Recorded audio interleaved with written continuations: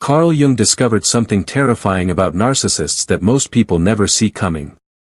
When they realize they can't control you anymore, they don't just walk away.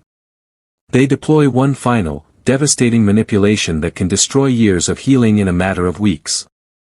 And if you don't recognize it, you'll fall right into their trap. But before I reveal this last dirty trick, you need to understand the psychological warfare that leads up to it. Carl Jung said that the narcissist's greatest fear isn't rejection or abandonment, it's the moment when their victim becomes psychologically stronger than they are. According to Jung's research on the shadow self, narcissists project their own weakness onto others to maintain an illusion of superiority. But when you start healing, when you begin setting boundaries and refusing to play their games, something shifts in their psyche. Jung called this the power inversion crisis, and what happens next will shock you. See, narcissists aren't just looking for someone to love them. They're hunting for someone to control, someone whose energy they can feed off of. Carl Jung discovered that these individuals operate from what he termed the inflated ego, a psychological state where they must constantly prove their dominance to avoid confronting their own inner emptiness. When you were weak, confused, or seeking their approval, you served their purpose perfectly. You were their psychological supply, their validation machine. But the moment you start standing in your own power, the moment you stop seeking their approval and start trusting your own instincts, you become a threat to their entire identity. And that's when they pull out the weapon Jung warned us about. According to Carl Jung, narcissists will use a technique called psychological projection warfare when they sense they're losing control. They don't just gaslight you or play the victim anymore. They launch what Jung described as a final assault on your individuation process. Here's what that looks like, and why it's so dangerous. They start by targeting your newfound strength itself. Remember how they used to criticize your weaknesses? Now they flip the script entirely. Carl Jung said this is because they recognize that your strength is the one thing standing between them and total control over you. They'll say things like, "You've changed, and not in a good way. You used to be so caring, now you're just selfish. Success has really gone to your head. You think you're better than everyone now." But here's the part Jung discovered that will make your blood run cold. This isn't random criticism. According to Carl Jung's analysis of narcissistic behavior, they're specifically targeting the parts of yourself that you're most proud of healing. If you've learned to set boundaries, they'll call you cold. If you've found your voice, they'll call you aggressive. If you've built confidence, they'll call you arrogant. Jung called this strength shaming, and it's designed to make you ashamed of the very qualities that set you free. But the real dirty trick is still coming. Carl Jung discovered that when strength shaming doesn't work, narcissists deploy what he termed nostalgic manipulation. They start reminiscing about the old you, the version of yourself that was easier to control. Remember when you used to laugh at my jokes?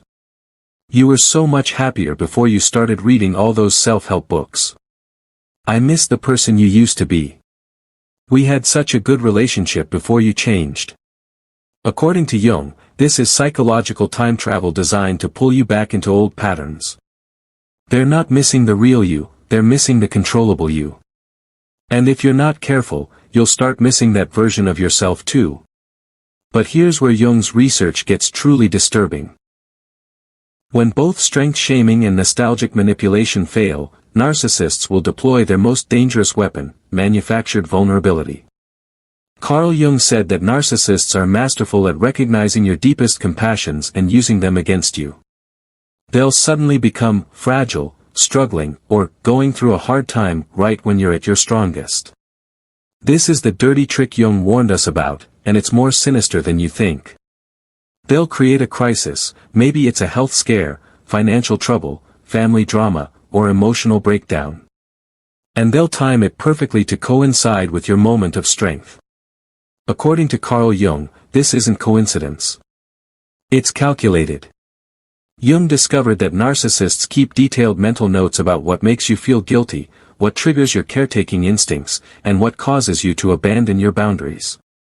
They weaponize your empathy against your healing. And here's the part that will make you question everything you thought you knew about them. Carl Jung said that narcissists will often manufacture these crises by creating the very problems they're asking you to help them solve.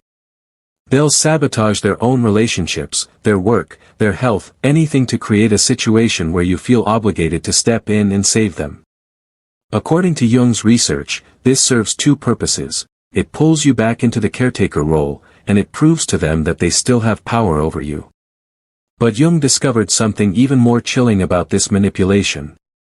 They don't just want your help. They want you to sacrifice your newfound strength to give it to them.